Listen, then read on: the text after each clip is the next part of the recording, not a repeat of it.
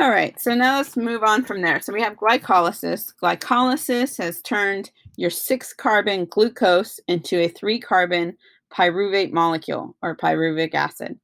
Next step, pyruvic acid, if oxygen is present, is going to travel through the 2 membranes of the mitochondria and get to the very inside into the mitochondrial matrix.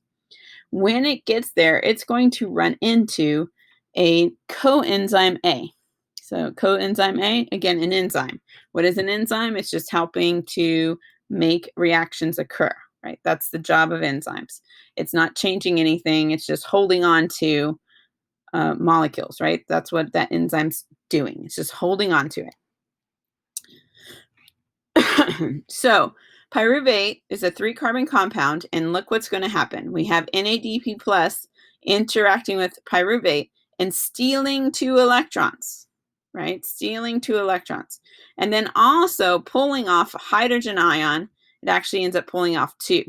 One of them bonds to the NADH or the NAD plus to make NADH, and then the other hydrogen ion kind of floats off or probably gets picked up somewhere.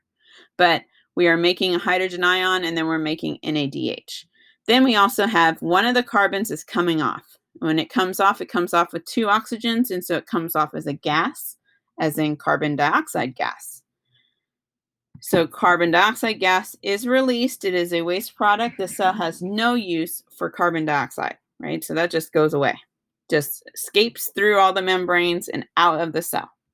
The coenzyme A, again, is going to be attached to what's left after we stole 2 electrons and took off 2 hydrogens and took off a carbon. What's left is a 2-carbon compound called acetyl. So the acetyl is still attached to the coenzyme A, and so we call this whole thing acetyl-CoA or acetyl coenzyme A if you wish. All right, so now we got acetyl-CoA. Now what's the next step? Now the next step is that acetyl-CoA is going to run into a 4-carbon compound, oxaloacetate, and the CoA is going to come off and or help, and even probably help attach these 2 carbons to those 4 carbons to make a 6th carbon called citrate or citric acid. That's where the name comes from. So now we're going to start modifying this 6-carbon compound, and we're going to be doing that by, here comes NAD plus again. It's going to steal what? 2 electrons and a hydrogen. And also, to go from here to here, we're going to lose a carbon, and that loss of carbon will be carbon dioxide. Again, a waste product. Off it goes. And then now we have 1, 2, 3, 4, 5 carbons. Okay, one more time. So we have an NAD plus, and carbon comes off, and off that goes, and now we have 4 carbons. So that now this 4-carbon compound is going to turn GDP into GTP, which is actually very equivalent to ATP, so we're just going to call it ATP.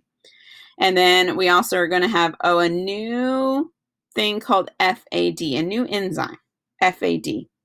And it is going to take on 2 electrons and 2 hydrogen atoms, right? So now it's FADH2 because it actually takes on both hydrogens and 2 electrons. It's another enzyme. It's just a carrier. Remember, we're just talking about our little taxis, our little hydrogen and electron taxis. So FAD is a new one for you. And then NAD continues it's going to take 2 more electrons off and a hydrogen ion off. And so then whatever this 4-carbon compound is, goes back to turn into oxaloacetate, which then is going to take on another acetyl, and we're just going to keep going in our little circle. So that is a lot to take in. You actually don't have to know citrate or oxaloacetate. You don't have to know that for honors, but I just wanted to show you what's happening because it wouldn't make sense just this picture. But this is really the picture that we expect you to learn and to know. It's just that acetyl-CoA enters the cycle. 2 carbon dioxides are going to get released into the atmosphere. We're going to make 3 NADHs, and we're also making 3 hydrogen ions. We're going to make ATP, and we're going to make FADH2. Okay?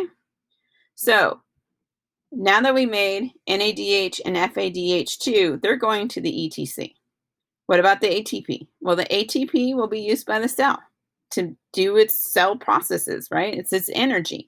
So that's what the ATP goes off to do. And then the carbon dioxide is a waste. This is what you really need to know for the citric acid cycle in terms of our test.